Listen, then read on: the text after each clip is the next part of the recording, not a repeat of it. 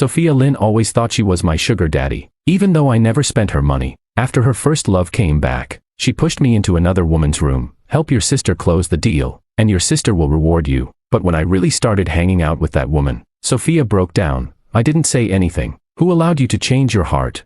I accompanied Sophia at the KTV until late at night. She hooked my chin, and I uncomfortably dodged away. For some reason, she always liked to hook my chin, like teasing a puppy or a kitten, even though I am much taller than her petite frame. But she never did this to Jorge. She blushed just touching Jorge's hand, even though Jorge was always indifferent to her, even though I was her boyfriend. Sophia hooked my chin. Gabriel, how many years have you been with me?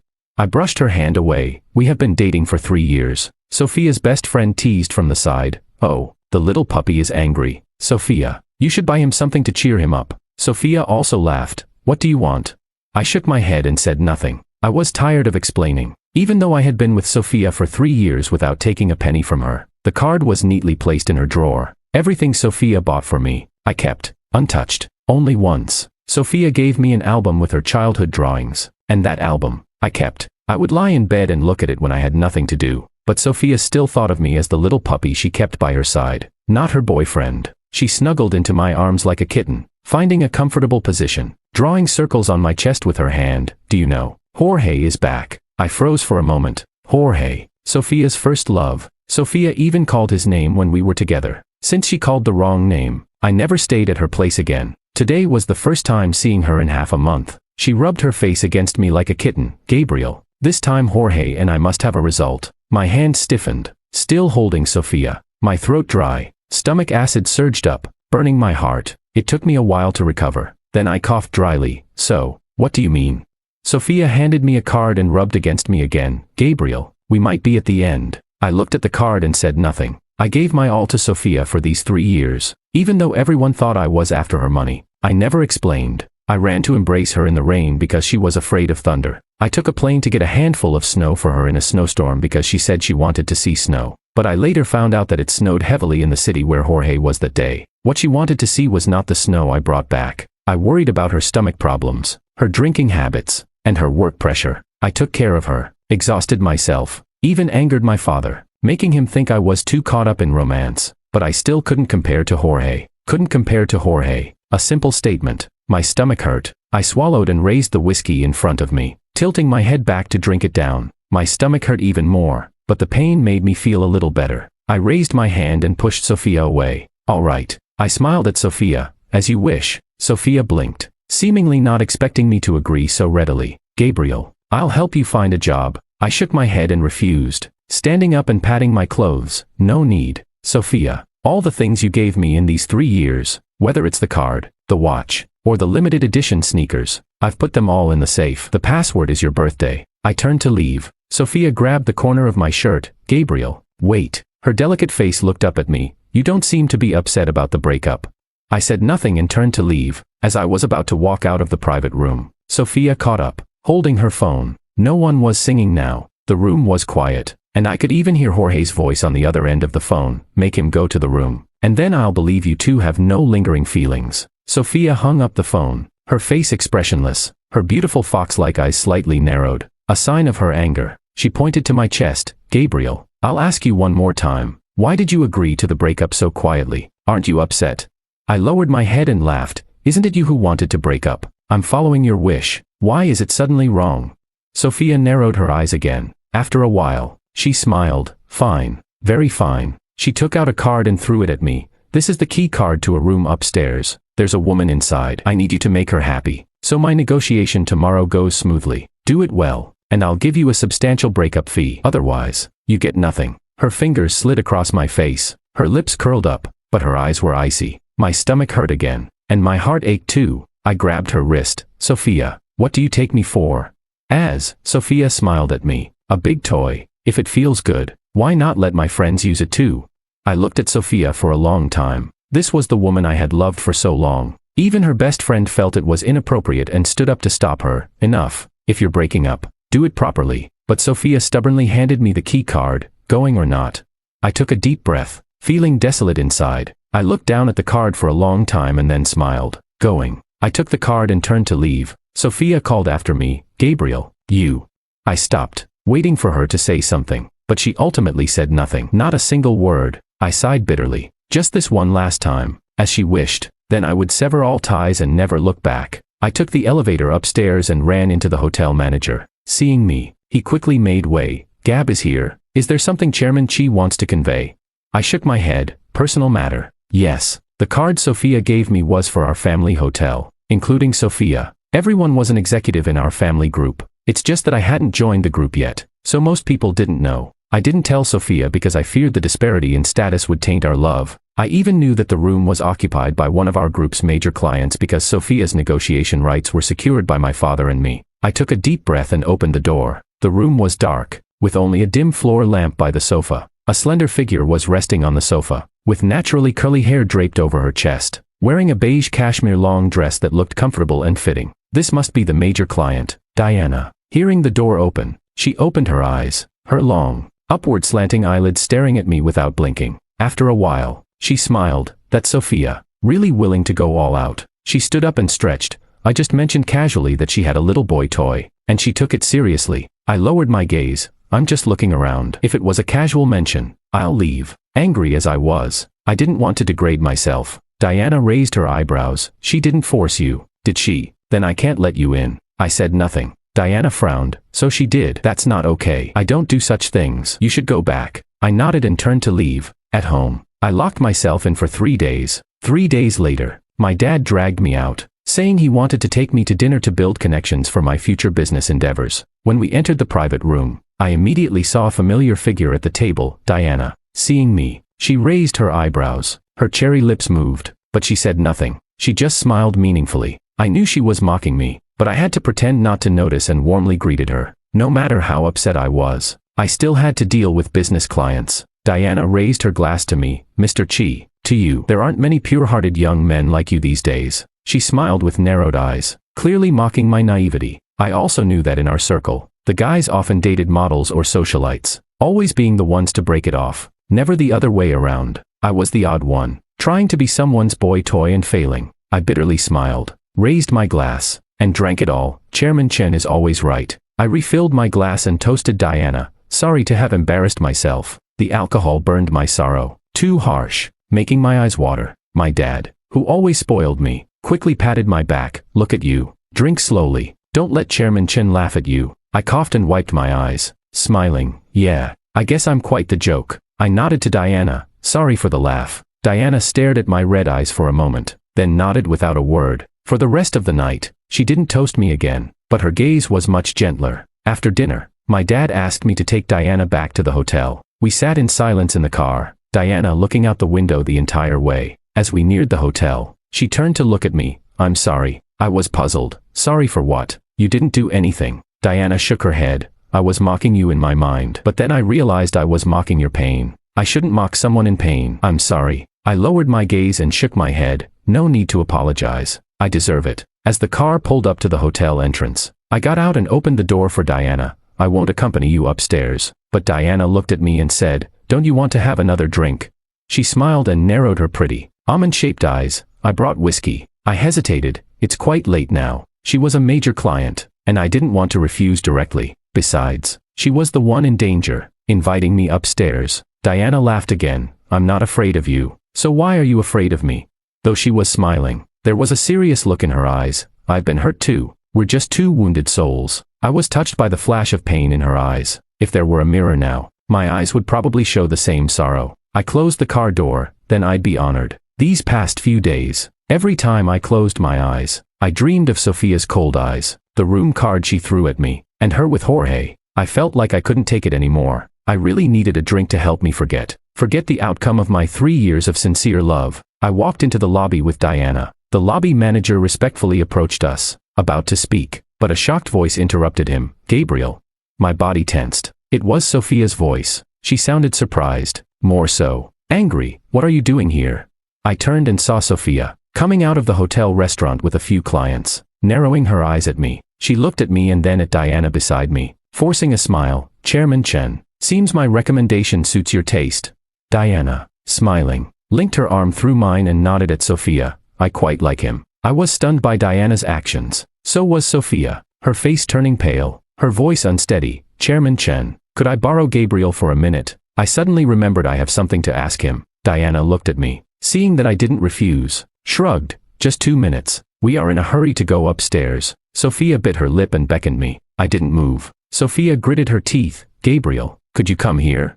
Her delicate face was full of anger, the coldness in her eyes growing. I took a deep breath and walked over to her. I didn't know what she wanted to say to me at this point. It couldn't be an apology. Sophia pulled me a few steps away, her fingers icy, her face darkened, teeth clenched. Gabriel, don't you feel dirty?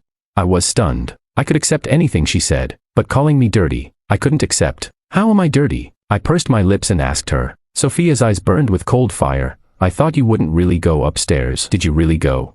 She scrutinized my face, my neck, looking as if she wanted to examine my entire body. What did you do? Huh? I looked at her angry expression, suddenly feeling both surprised and amused. I looked down at her trembling hands and asked, didn't you tell me to go?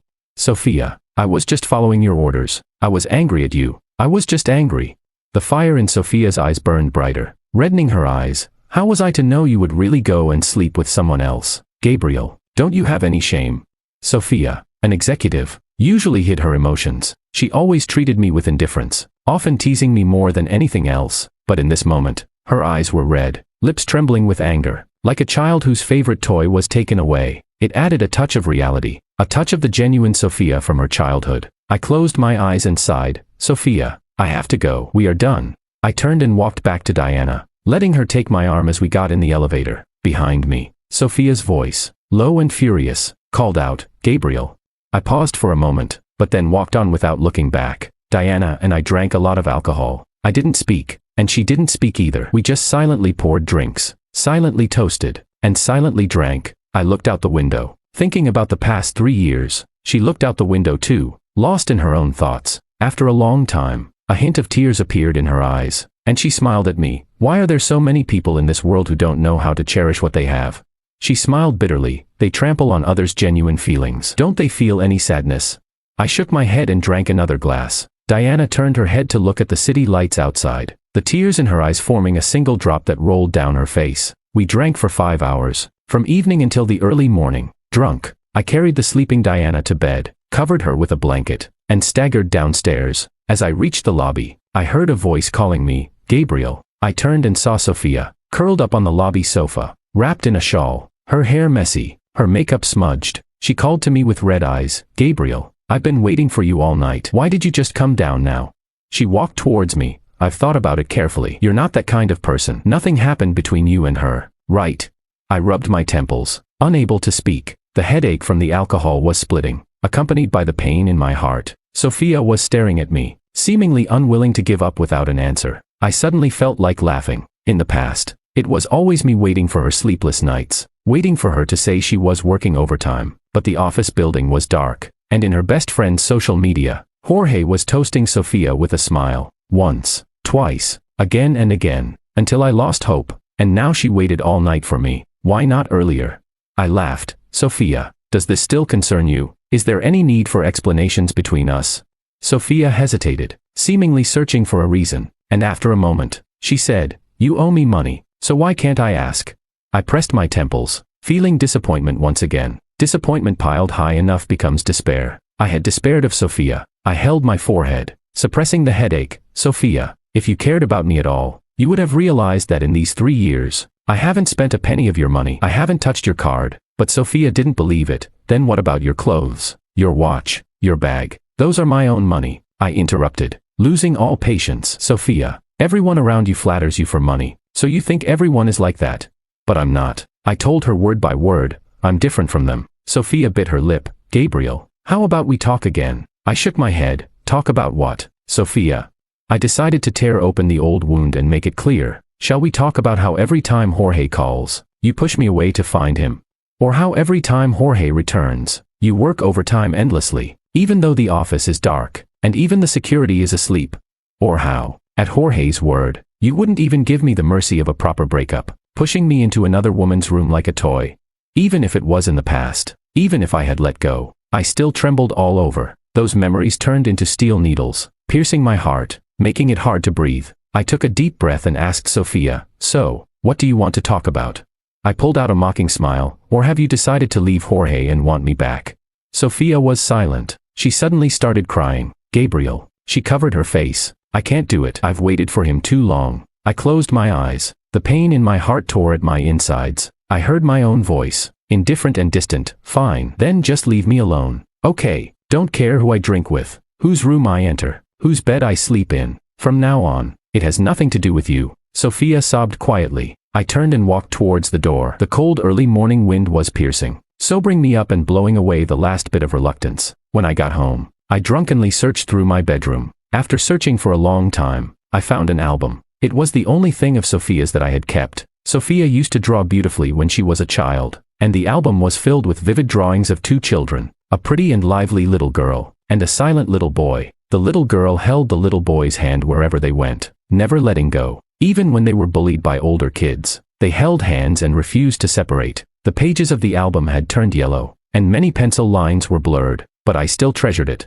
rescuing it from the trash when Sophia was about to throw it away, and I would look through it often. Only when looking at the album could I feel that Sophia had once given me warmth. Once, she had held my hand firmly, never wanting to let go. Closing the album, I fell asleep with my clothes on. In my dreams, Sophia as a child held my hand and ran away. Then the present Sophia looked at me coldly. I'm tired of you. Let's break up. I slept until 10 in the morning and woke up to several missed calls from my dad. Come to the company at noon. Take Diana out for a walk. Visit some scenic spots. I realized my dad really wanted me to see Diana. In families like ours, marriages are usually arranged. Everyone accepts it, except for me, who thought I could make it work with Sophia. I always went against my dad, refusing any arranged dates, which is why I hadn't been called to work in the company yet. Even now, I didn't want to marry someone I didn't love, didn't want to have a child just for the sake of it, and then live separate lives after the child was born. I wanted to refuse, but the memory of Diana's tear falling as she looked out the window last night came to mind.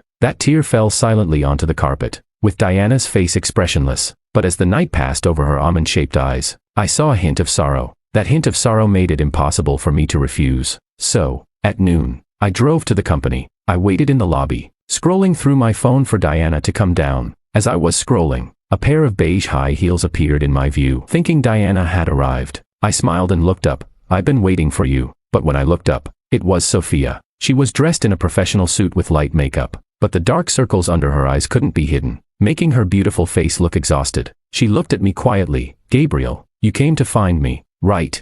But what's the point now? That day I called you, and you didn't even turn back. I was stunned. I didn't come to find you. Sophia frowned. What else could you be here for if not to find me?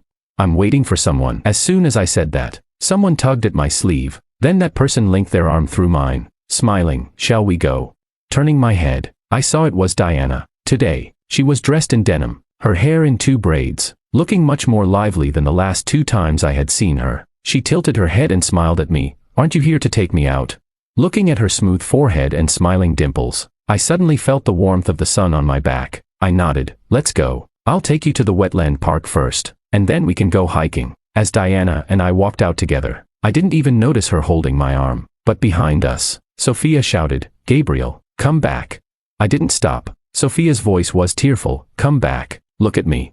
I waved my hand back at her, got in my sports car, and drove off with Diana. Many people in the company watched us leave, but Sophia was the most shocked of all. Sophia sent me a WeChat message. Where did you get the sports car? Did Diana give it to you? Gabriel, are you with her for money?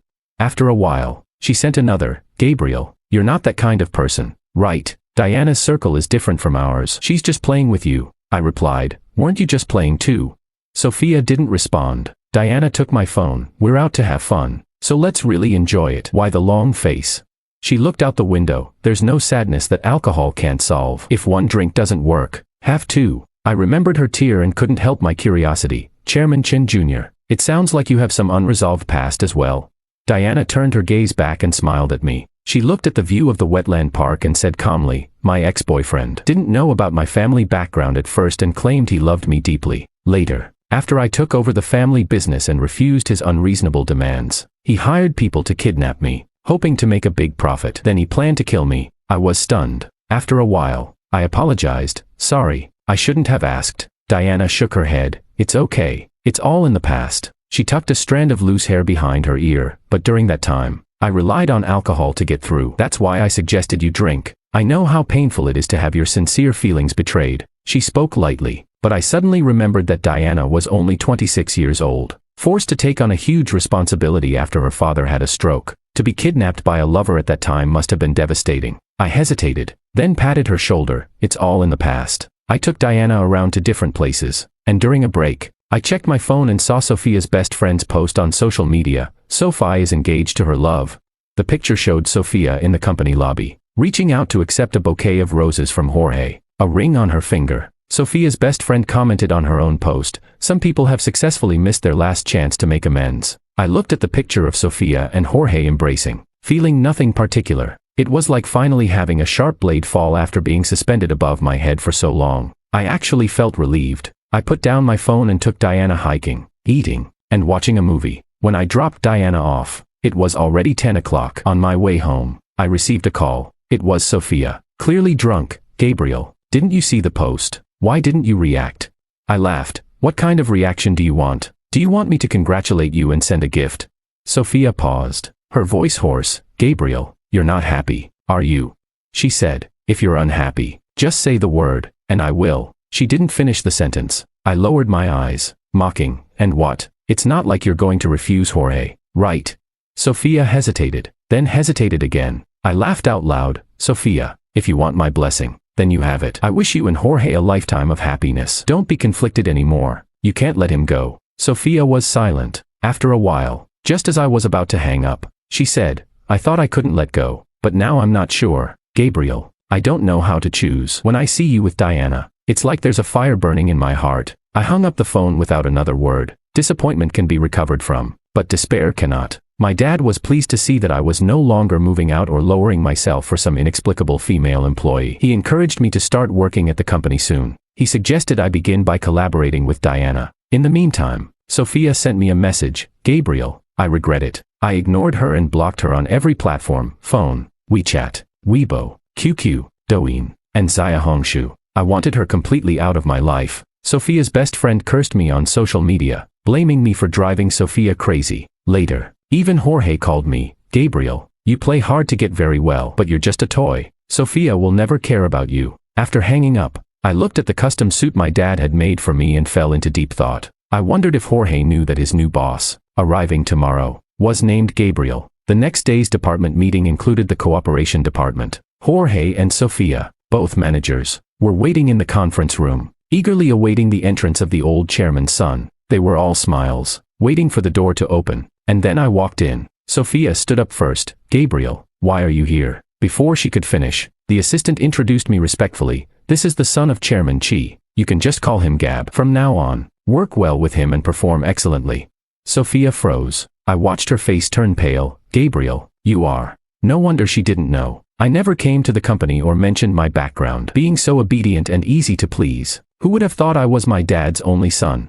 I sat down and motioned for her to sit as well. "Manager Lin, don't be so formal. Sit down and speak." Sophia remained stiff, unable to move. Jorge had to pull her down into her seat, but his face was even darker, almost turning liver-colored. I lowered my head to look at the documents and asked them to report one by one. When it was Sophia's turn, she stammered, and I interrupted. "If Manager Lin can't explain it clearly, find someone who can. We were dealing with the empire my father built with great effort, not a place for personal feelings." Jorge did relatively well, except for his trembling hands when opening the documents. Everything else was acceptable. The meeting lasted an hour. After it ended, just as I stepped out of the conference room, Sophia finally seemed to react, chasing after me. "Gabriel, you..." But she couldn't finish her sentence this time either, because Diana was waiting outside my office, holding a bouquet of sunflowers. Everything went smoothly. She smiled, and the sunlight streaming in from the window illuminated her and the sunflowers, creating a warm glow. I smiled and accepted them. "Thank you. Come in and sit." Sophia wanted to follow us in but was blocked by the door. Diana sat across from me, arranging the sunflowers. "Gab, our collaboration will end next month." She smiled and said, "I might not come here as often after that." I suddenly felt a bit lost. I didn't know why, but after thinking about it, I attributed this feeling to relying on her company during my hardest times. I watched her arrange the flowers for a while, then impulsively asked, "Can I still visit you, in your city?" Diana looked up at me, her eyes twinkling, and after a few seconds, she smiled and looked down. "You're welcome anytime." I swallowed hard, suddenly feeling nervous. as if there was more I wanted to say, but the office door abruptly opened, interrupting me. I looked over in annoyance to see Sophia barging in, her eyes red, no longer her composed self. "Are you really Cheese only son?" I nodded. Diana added with a smile, "Yes, Manager Lin. You've kept Chairman Cheese son as a pet for 3 years." Sophia's face turned even whiter. "Why didn't you tell me?" I looked at her beautifully made-up face and realized I could no longer see the little girl she used to be. I closed my eyes, utterly disappointed, and decided not to hide anymore. "Sophia, I'm not just Family Cheese son. I had another name when I was young. Gab Mo." Thud. Sophia collapsed to the ground, knocking over a teacup in the process. Her hand was cut, bleeding profusely, but she seemed unaware, just staring at me as if she didn't recognize me. After a while, she suddenly seemed to remember something terrifying. "What have I done?" She seemed to be asking me, or perhaps herself, "What have I done?"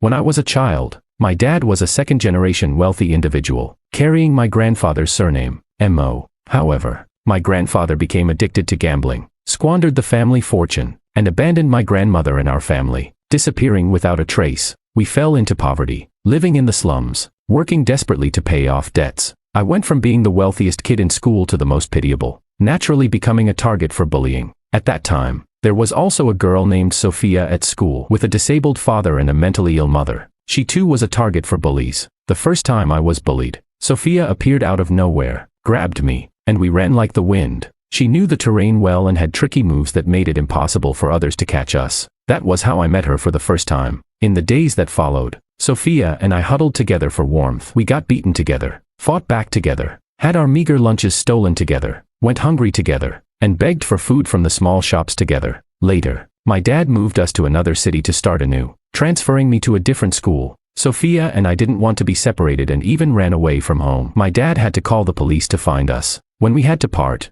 I promised Sophia that I would come back for her. During the years apart, not a day went by that I didn't think of the girl who shared my hardships. Fortunately, my family eventually made money, and we could return to our hometown. Sadly, my grandmother passed away from overwork. My dad said that since my grandfather abandoned his family, and my grandmother devoted her life to us, we should take her surname. Thus, I changed from Gab Mo to Gabriel Chi. When we returned, Sophia had just joined my company. She was very capable and hardworking, but she didn't recognize me. As I got close to her, I found that she particularly avoided talking about her childhood and had severed ties with everyone from her past. I hid my past, pursued her diligently, and eventually stood by her side. I thought I had fulfilled my promise, but I never expected that I was just a temporary companion for her. Now, looking at Sophia sitting on the ground, my heart that once loved her felt no ripples, but the young Gabriel inside me was crying in grievance. We had promised to be together when we grew up. Back then, holding hands, we were closer than anyone, but in the end, it turned out like this.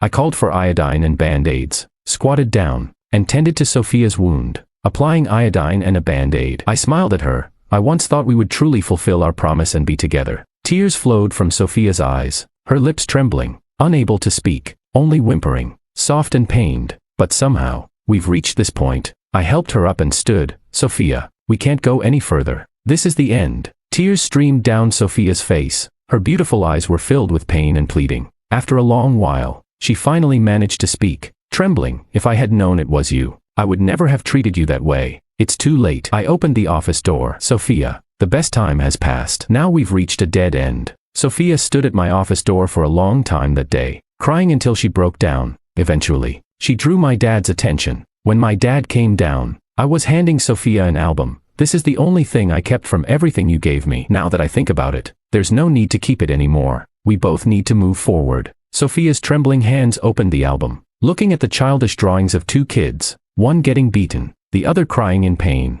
one running away, the other distracting the pursuers, one holding the other, looking at the sky in silence. On the last day before we parted, the two made a promise to be together in the future. Every stroke of the pen was sincere back then, making the days that followed seem like a joke. Sophia flipped to the last page, and tears fell onto the album. She closed the album, turned, and ran away crying. Her staggering figure, trembling shoulders, overlapped with the little girl who was chased and beaten back then. My dad stood beside me and asked, "Will you keep her on?"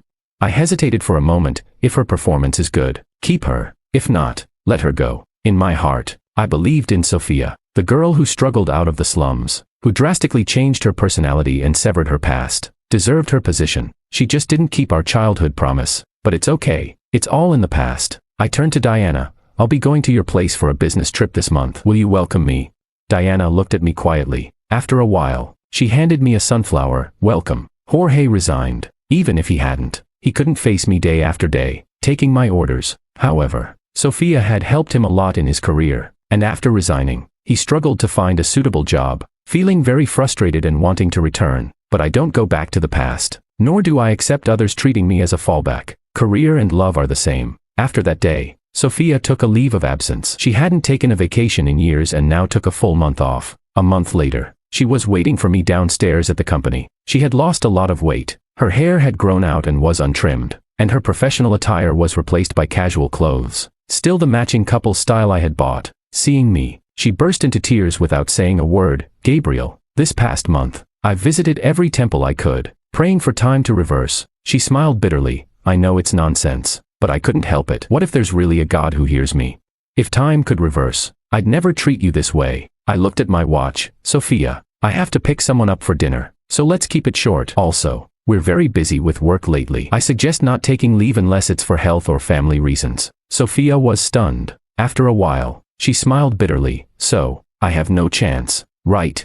I didn't say anything because I saw Diana. Diana walked over with a smile. I came early to avoid traffic. I reached out my hand to her. Let's go. Let's have dinner early and catch a movie. We walked hand in hand. Forgetting Sophia was still there. From behind came the sound of soft crying. Gabriel, I'm here to resign. I can't face you anymore. Diana stopped and looked at me. Should you talk to her?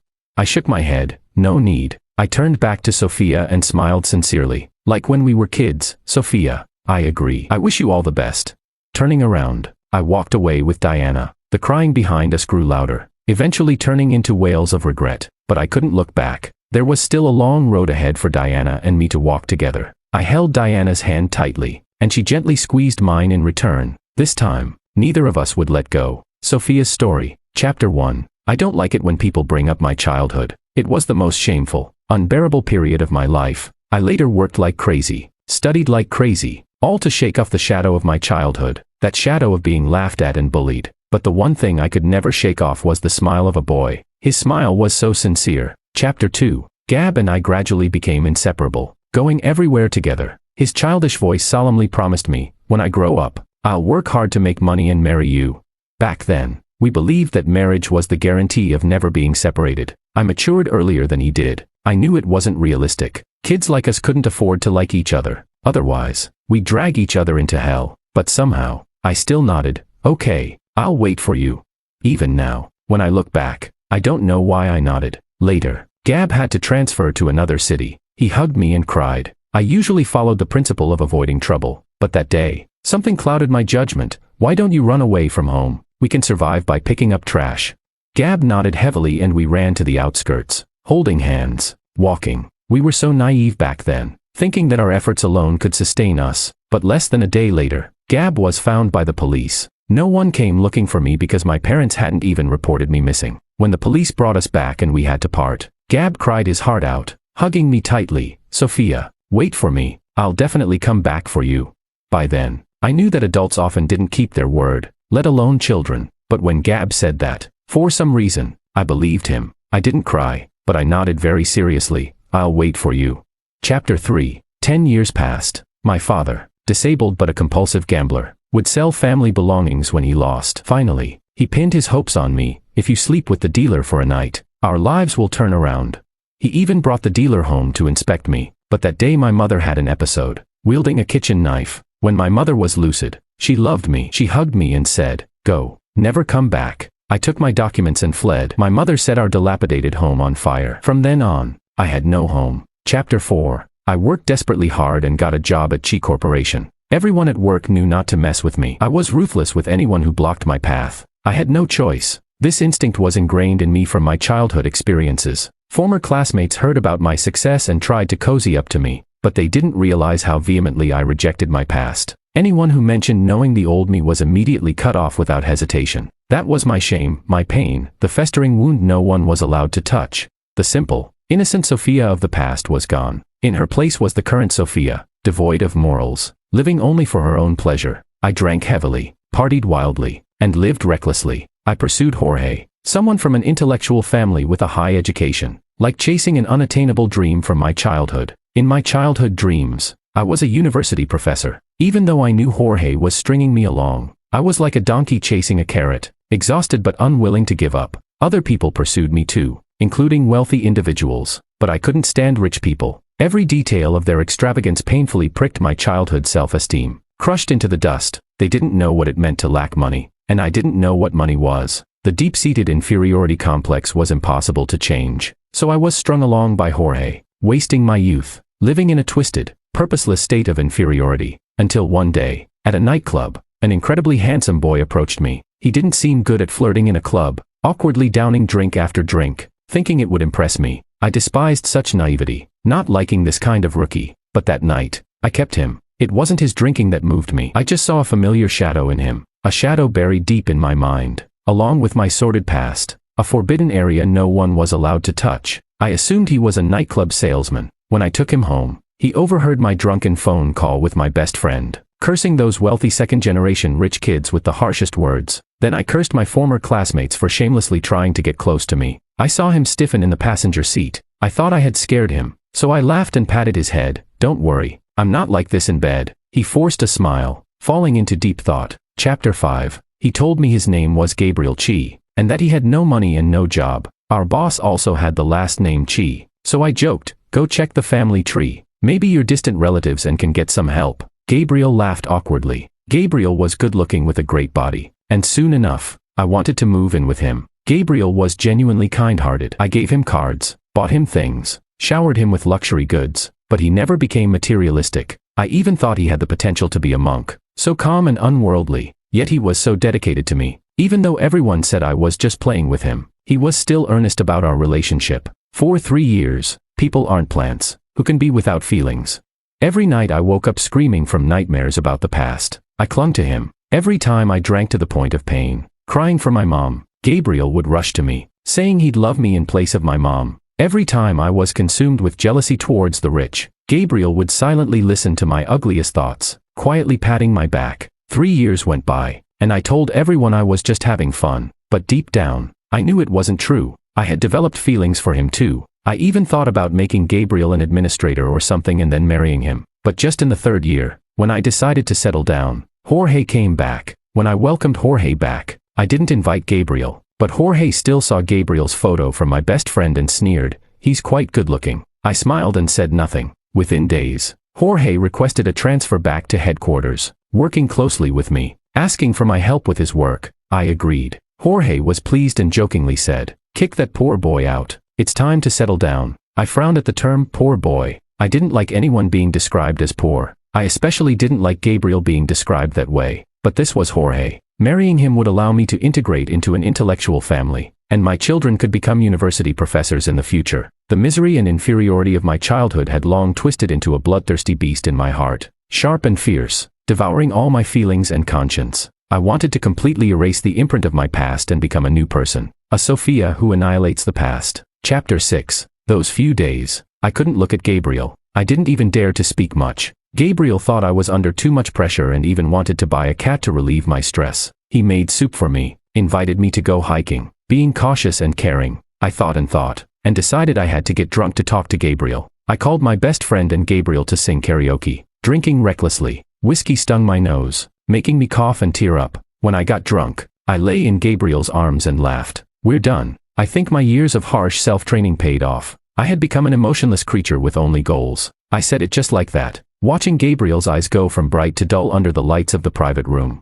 I thought he would beg me to reconsider. For a moment, I even hoped he would. I felt that if he asked, I might really reconsider. But he just stood up quietly, nodded, and turned to leave, as if the 3 years of companionship and dependence meant nothing to him. I was instantly furious. Jorge had said he suspected I had genuine feelings for Gabriel and told me to push him to our new major client to reassure him. We had heard that this new client had recently gone through a breakup and was in a vulnerable state. This suggestion was for our benefit. Given my ruthless nature, I would have agreed without hesitation. But that day, I actually hoped Gabriel would beg me not to break up. Then I might have reconsidered Jorge and definitely wouldn't have pushed Gabriel to someone else. But Gabriel showed no reluctance. It stung my heart. I smiled and handed him the room card. "Go accompany the client, and Big Sister will give you a breakup fee." Gabriel had already reached the door, the hallway light illuminating his face. I saw a flash of pain in his eyes, but this made me happy. At least he was hurting for me. Chapter 7. I thought I was mentally prepared, but I never expected that seeing Gabriel and Diana together would hurt me so much. It felt like an invisible hand was squeezing my heart, its nails digging into the flesh, twisting until it was bloody and mangled. This pain exceeded my tolerance. Even though I was known for my endurance and patience, I disregarded the client's thoughts and rushed over to question Gabriel, even though I no longer had the right to question him. For the first time, the usually gentle Gabriel looked at me coldly and told me I had no right to interfere in his life. He sneered, "Or are you planning to give up on Jorge?" I thought I would shake my head without hesitation. Who wouldn't choose Jorge? But at that moment, I hesitated. Reason constantly told me that Jorge was the only choice to completely break away from my past. But there was a voice in my heart lamenting, "Can you let go of Gabriel? Can you bear to? How can you bear to?" I grew up in the worst of environments. I had long been accustomed to making rational choices. At that moment, I cried and said I couldn't let go of Jorge. The voice in my heart sighed long and deep, seemingly foreseeing the future pain and loneliness. Chapter 8. After Gabriel left, I had nightmares every day. In every nightmare, a group of people chased me relentlessly. A figure was always beside me, fleeing with me, but I couldn't see his face. Every night, I woke up crying, habitually reaching out, searching for Gabriel beside me, but I couldn't find him. More than once, I sat in a daze until dawn, repeatedly telling myself that I would forget eventually. Just like childhood, wanting to forget will eventually lead to forgetting. But I despairingly found that this time was different. Gabriel was different. I couldn't forget. When I saw Gabriel coming to the company to pick up Diana, panic, jealousy, and pain overwhelmed me. I even wanted to rush over and grab Gabriel, begging him to reconcile in front of Diana. Seeing him drive away in his sports car made me even more panicked. I feared that if he was happy with Diana, he wouldn't come back. I called Gabriel, telling him that Diana was just playing with him and not to take it seriously. But God knows, I had no good intentions. I just couldn't stand the thought of Gabriel looking at another woman with those eyes. But Gabriel replied calmly, "Weren't you just playing with me too?" I was stunned. I had nothing to say. Yes, what right did I have to teach Gabriel how to see through people? Wasn't I the one who treated him the worst? That day, Jorge proposed to me, and I dazedly agreed. I knew I had no way out. Jorge was my only option, but my heart still lamented that I had lost something important, leaving a piece of my heart missing, an empty void. Chapter 9. I imagined countless identities for Gabriel, a nightclub salesman, a gigolo, a minor actor, or even a waiter, but I never imagined that Gabriel would be the heir to Chi Corporation. When he entered the meeting room, I was stunned. I was shocked because my instincts told me my career was in jeopardy, but after the shock, another kind of fear set in, an indescribable fear. It felt like the greatest pain of my life was about to descend upon me. I was terrified. So terrified that I disregarded my dignity and chased after Gabriel to his office. I even begged him to look at me once more. If he looked at me again, would he remember that he once loved me? But he didn't look at me. He was looking at Diana, with the same gaze he once had for me. I never imagined that seeing Gabriel look at another woman so tenderly would hurt me so intensely. The pain was so severe that I clutched my chest and could hardly stand. But it's okay, I told myself. After climbing up for so many years, there's nothing I can't endure. But the next second, Gabriel told me he was Gab Mo. I couldn't take it anymore. The moment Gab Mo's name appeared, I heard a loud bang in my mind. Boom. It was the high walls I had built, burying those memories tightly. Those cruel, embarrassing, painful memories all surged out, and at the deepest part of the ruins stood a little boy, quietly looking at me. "We promised to be together. Did you forget?" Chapter 10. I fell and cut my hand. Blood flowed out, covering my hand, but I didn't care. I stared at Gabriel, finally remembering why he looked so familiar. The lament in my heart turned into a wail. "I warned you. I clearly warned you."